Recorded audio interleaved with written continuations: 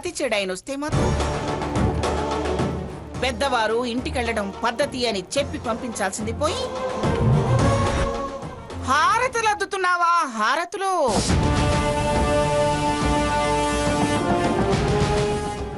ఏయ్, అసలేమనుకుంటున్నావి నీ మనసుకు నువ్వు? పండగ నీ ఒక్కింటికే గాని మా ఇంట్లో లేదనుకుంటున్నావా? లేదా లేకుండా చేయాలనుకుంటున్నావా? ఏమిటి?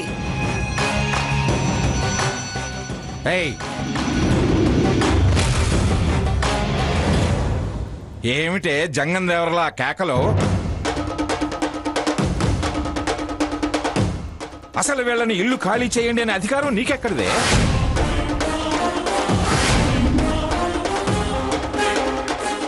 అసలు ఇంట్లోకి ఎవరిని అడిగి ఎవరి పర్మిషన్తో అడుగు పెట్టావే నువ్వు? పోతలకి పోతలకి పోతలకి.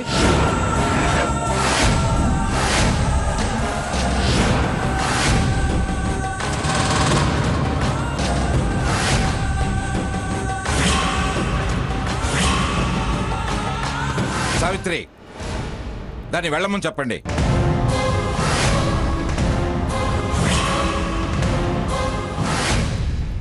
బాబాయ్ గారు, దేనికమ్మా భయపడతారు? ఆ ఇంటికొస్తే నిన్ను మీ ఆయన్ని, అప్పుడు నీ కూతుర్ని అల్లుడిని ఎన్నిసార్లు అవతలకు వెళ్ళమనలేదు?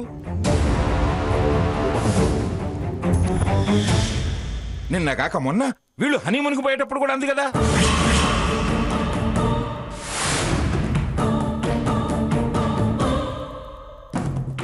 అయ్యో, పిన్ని గారు అన్నారని నన్ను అనమంటారా?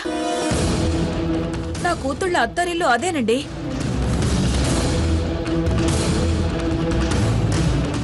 కాకపోతే అనేదానివా? పిన్ని గారు, అయినా కాకపోయినా మీరు పెద్దవారు, మిమ్మల్ని ఎలా అంటానండి? రామచంద్రయ్య, నువ్వైనా ముందు దాన్ని అవతలకు వెళ్ళమను. వెళ్ళమను. మావయ్య గారు, మరి ఇంత భయస్థులు నోట్లో నాలుక లేని వాళ్ళైతే అది బుర్రలో ఛాయ్ వేసుకుని గుజ్జు గుంజేస్తుంది.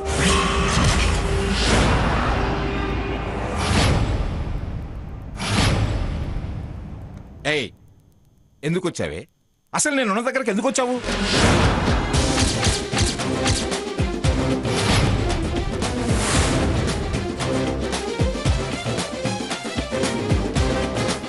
వెళ్ళవే, వెళ్ళు ముందు అవతలకి, వెళ్ళు ముందు అవతలకి.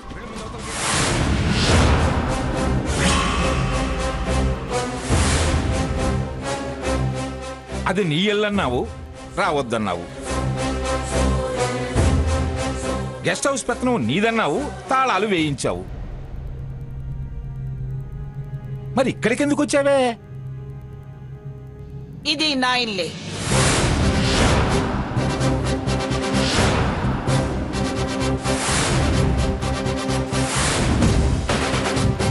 మీరే నా ఇంట్లో ఉన్నారు.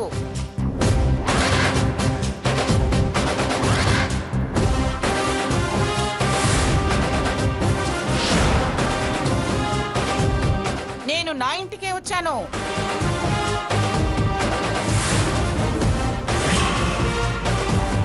మీ ఇంటికి రాలేదు.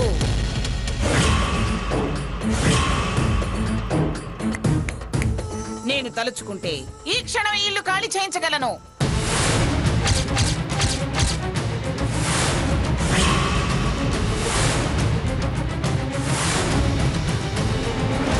ఎలా అవుతుంది నీ ఇల్లు? నువ్వంటే సరిపోతుందా?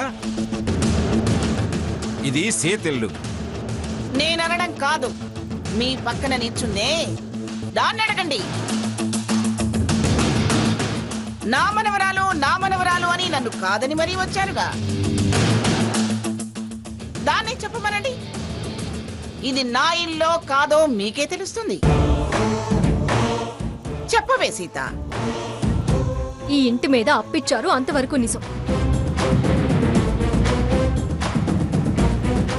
కానీ ఈ ఇల్లు నా పేరు మీద ఉంది. విన్నారుగా జడ్జి గారు?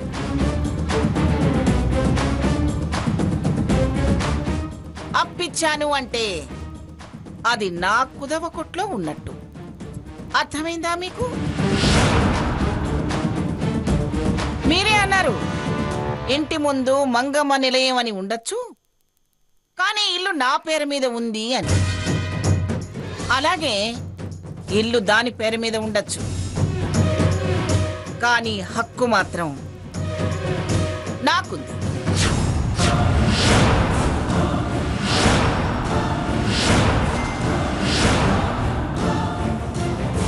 అందుకే వచ్చాను. ఆహా, చాలా తెలివిగా మాట్లాడుతున్నావే. మంగమ్మ ఎప్పుడు అంతేగా. తెలివి తక్కువగా మాట్లాడదు, మీలాగా తెలివి తక్కువ పనులు చెయ్యదు. 100 రూపాయలకు ఒక్క పైసా ఇచ్చి హక్కు నాది అంటే చెల్లదు. నా కంపెనీలో తయారయ్యే మందులు తినే వాళ్ళంతా నా మాటకే తలంచాలి అనే రకానివే నువ్వు.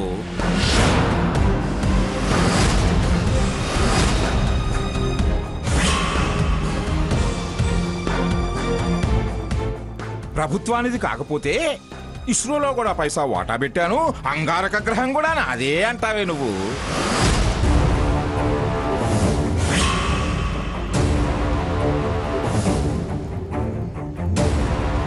సీత, అది అప్పించిందంత 5 లక్షలు తాతయ్య గారు.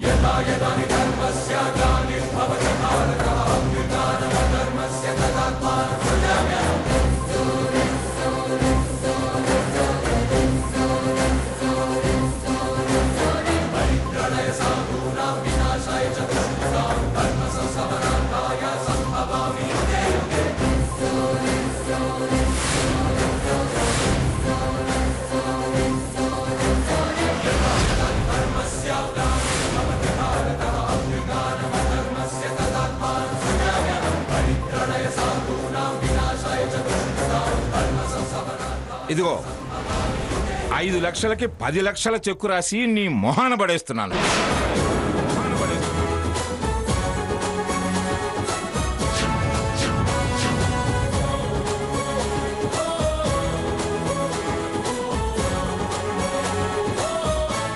మళ్ళీ నా ఇల్లు అన్నావంటే మనుషుల్ని పెట్టి గంటించాల్సి వస్తుంది.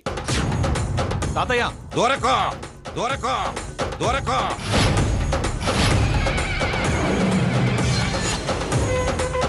దవడ పగులుతుంది, దవడ పగులుతుంది, దవడ పగులుతుంది, దవడ పగులుతుంది.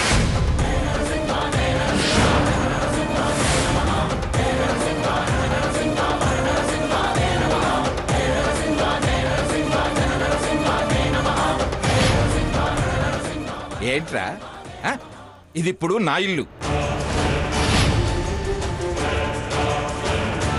నోరు లేచిందో పెదాలు కుట్టేస్తాను, జాగ్రత్త.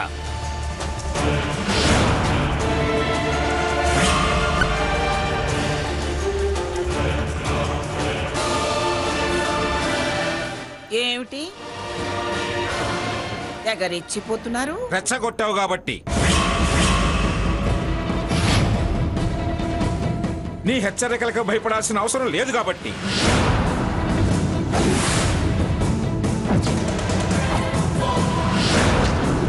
ఇంక నీ పెత్తనం సాగదు కాబట్టి. ఇంక నీ పెత్తనం సాగదు కాబట్టి. ఇంక నీ పెత్తనం సాగదు కాబట్టి.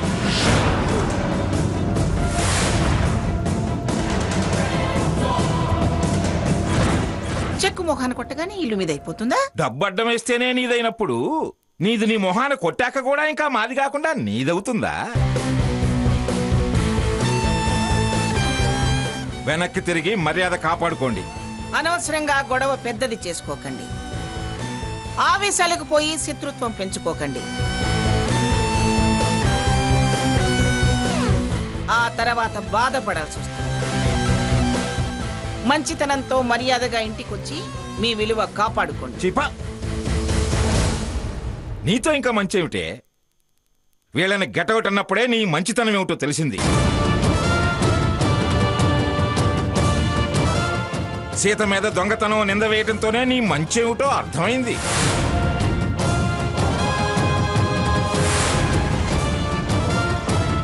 ఎవరి మీద కోపం పెంచుకుని వీళ్ళని సాధించడంతోనే నీ మంచితనం బయటపడింది.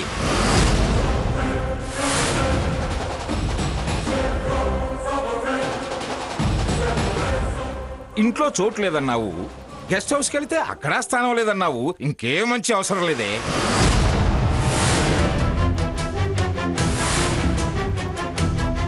పడ్డ బాధలు అవమానాలకి ఫుల్ స్టాప్ పెట్టాలనే బయటకొచ్చా.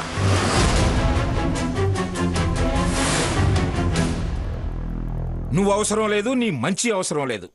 సర్దుబాటు చేసుకొని బతకాల్సిన అవసరం అంతకన్నా లేదు. రామచంద్రయ్య, బాగా నూరిపోసినట్టున్నావే. ఏయ్, వాళ్ళనెందుకే మధ్యలోకి లాగుతావు? అన్నం పుణ్యవేరుగాని అమాయకులే వాళ్ళు. అణిగి మణిగి ఉండటానికి అలవాటు పడ్డవాళ్లే. వాళ్ళనేమన్నా అంటే పాపం తగులుతుంది. చూడు, నువ్వు నా కోసం వచ్చావు, నేను రాను అని తెగేసి చెప్పాను. వెళ్ళు. వెళ్ళు వెళ్ళు అని 10 సార్లు అనాల్సిన అవసరం లేదు. నేను వెనక్కి తిరగటం అంటూ జరిగితే మళ్ళీ మొహాలు చూసుకునే పనుండదు. అవసరం లేదు, అవసరం లేదు, అవసరం లేదు.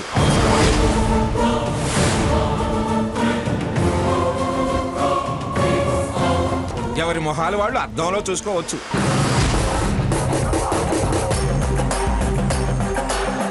మంచి చెడు లేకుండా మూర్ఖంగా ప్రవర్తించే నీ మొహం నేను ఇక చూడదలుచుకోలేదు. ఎందుకులే అని ఓపిక పడుతుంటే చాలా ఎక్కువ చేస్తున్నారు. చేస్తానే, ఎక్కువే చేస్తాను. కానీ నేనెంత చేసినా నువ్వు చేసిన దానికంటే తక్కువే. అయినా ఏం చేస్తే మాత్రం నువ్వు నన్ను ఏం చేస్తావే?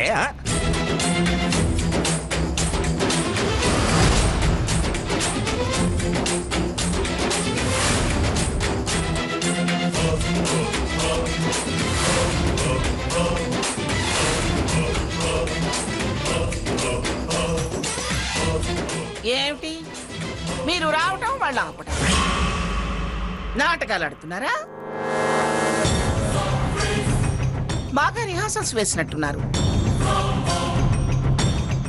ఏమిటి, వాళ్ళు ఆపకపోతే కొడతారా? సరే, కొట్టండి. కొట్టి చూడండి తెలుస్తుంది. కొట్టి చూడండి తెలుస్తుంది. కొట్టి చూడండి తెలుస్తుంది.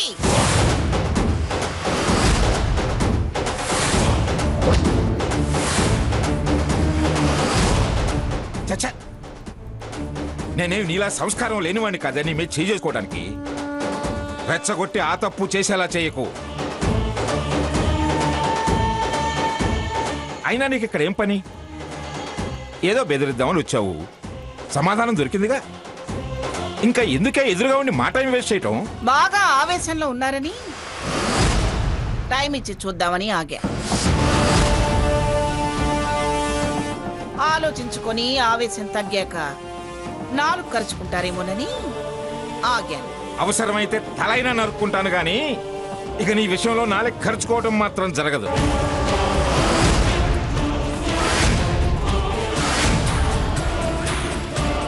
బాబాయ్ గారు కాస్త. వద్దు సావిత్రి, ఎవరు నాకు నచ్చజెప్పే ప్రయత్నం చేయొద్దు. నేను ఎవరి మాట విందల్చుకోలేదు. ఇవ్వాల్సిన దానికంటే ఎక్కువ విలువిచ్చి దాని ముందు నా విలువ నేనే తగ్గించుకున్నాను. దానికి ప్రాయశ్చిత్తంగానే ఇప్పుడు స్వతంత్రించాల్సి వచ్చింది. నేనిచ్చిన మర్యాదకు అదిచ్చిన గౌరవం ఈ జన్మలో మర్చిపోలేను. రామచంద్రయ్య, ముందు బయటకు వెళ్ళమని చెప్పండి. దాన్ని ఇవ్వాల్సిన దానికంటే ఎక్కువ విలువిచ్చి దాని ముందు నా విలువ నేనే తగ్గించుకున్నాను. దానికి ప్రాయశ్చిత్తంగానే ఇప్పుడు స్వతంత్రించాల్సి వచ్చింది. నేనిచ్చిన మర్యాదకు అదిచ్చిన గౌరవం ఈ జన్మలో మర్చిపోలేను.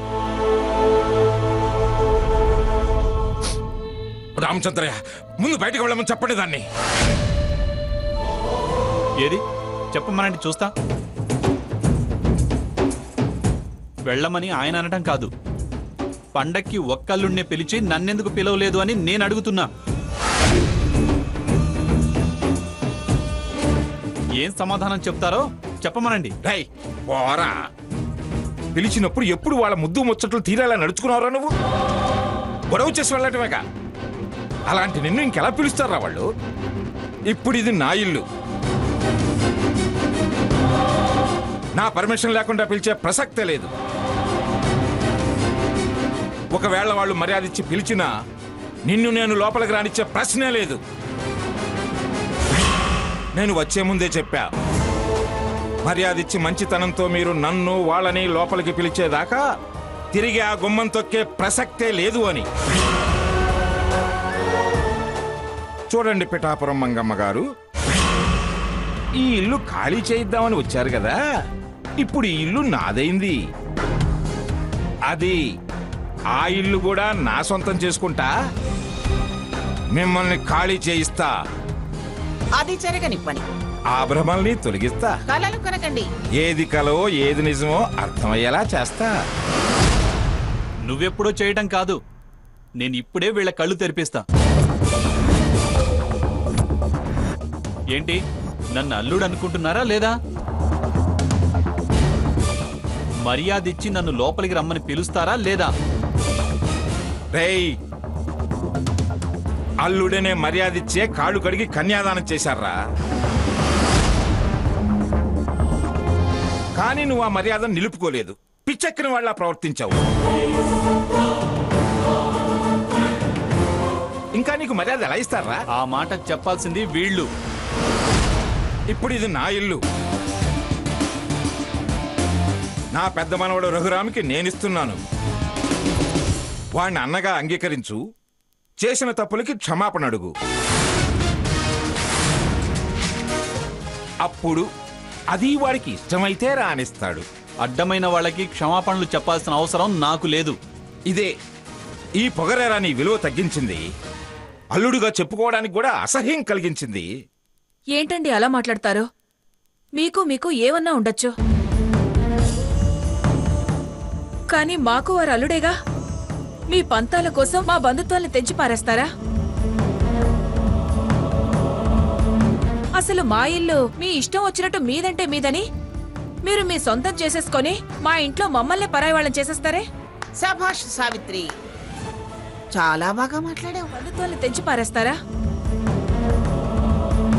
అసలు మా ఇల్లు మీ ఇష్టం వచ్చినట్టు మీదంటే మీదని మీరు మీ సొంతం చేసేసుకొని మా ఇంట్లో మమ్మల్ని పరాయి వాళ్ళని చేసేస్తారే? సభాష్ సావిత్రి, చాలా బాగా మాట్లాడావు. చెప్పండి సమాధానం. ఈ ప్రశ్న కాస్త ముందడిగితే నువ్వేం సమాధానం చెప్పేదానివి? ఏమ్మా సావిత్రి, వాడేదో వాగాడని అలా భయపడి మాట్లాడుతున్నావా? ఆవిడ గారు ఇది నా ఇల్లు, ఖాళీ చేయండి అన్నప్పుడు మాట్లాడలేదే.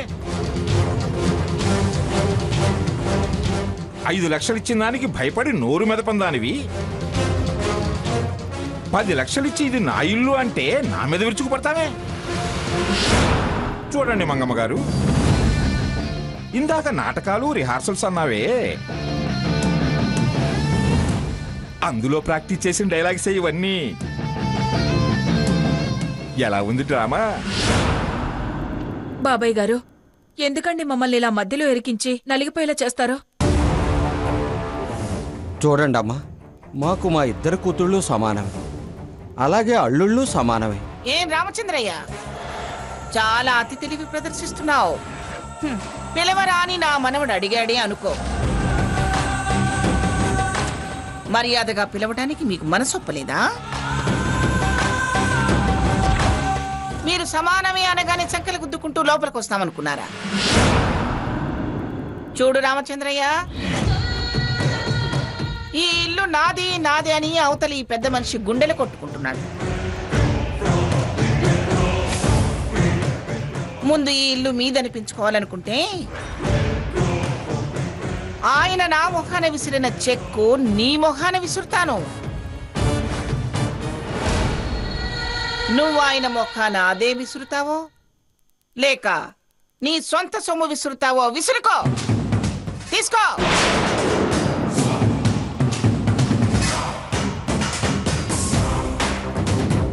ఆ తర్వాత సంబంధం లేని వాళ్ళని బయటికి పంపించి